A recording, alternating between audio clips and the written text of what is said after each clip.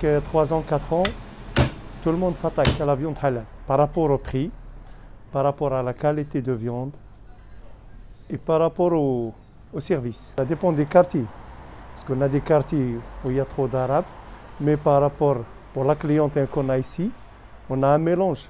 On a un mélange, on a des Français, on a des Portugais, on a des Espagnols. Et comme moi je parle beaucoup de langues, et j'ai dit toute la clientèle.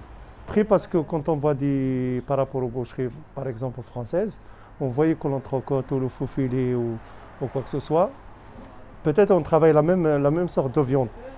Parfois, eux, ils ont de la qualité, de la bonne qualité. En plus, ils achètent cher, ils sont obligés de vendre cher. Mais par rapport aux abattoirs ou par rapport au marché de Rungis, on tombe sur le même prix. Mais quand on trouve dans une boucherie halal, on trouve par exemple l'entrecôte au faux filet, on le trouve à 17,99. Dans une autre boucherie, on trouve une différence de prix. On peut le trouver jusqu'à 29,90, jusqu'à 37,90. Chacun joue. Ça dépend des quartiers, ça dépend de la clientèle.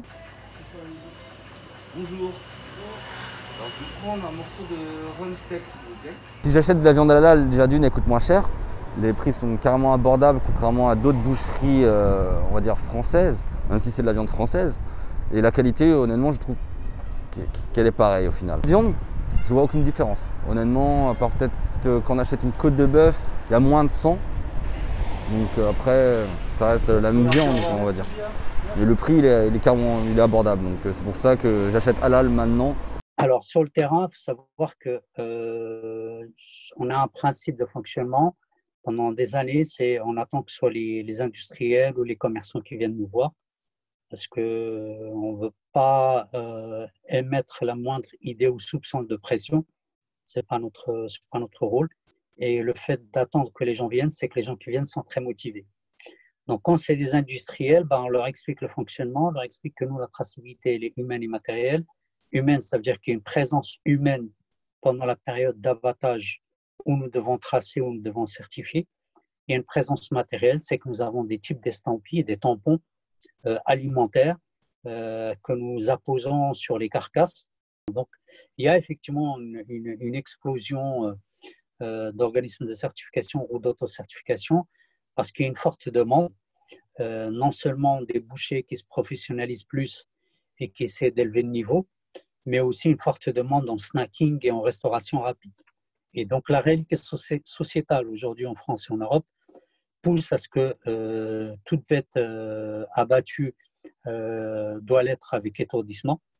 Et alors que le cadre légal français, ce qu'on appelle le code rural, comme il y a le code pénal, il y a le code rural, permet justement la dérogation pour les juifs et les musulmans d'abattre les bêtes sans étourdissement au préalable.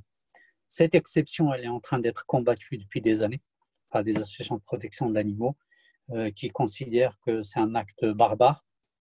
Et c'est une posture qui n'est pas nouvelle hein, dans la tradition française en tout cas et dans l'Europe en général.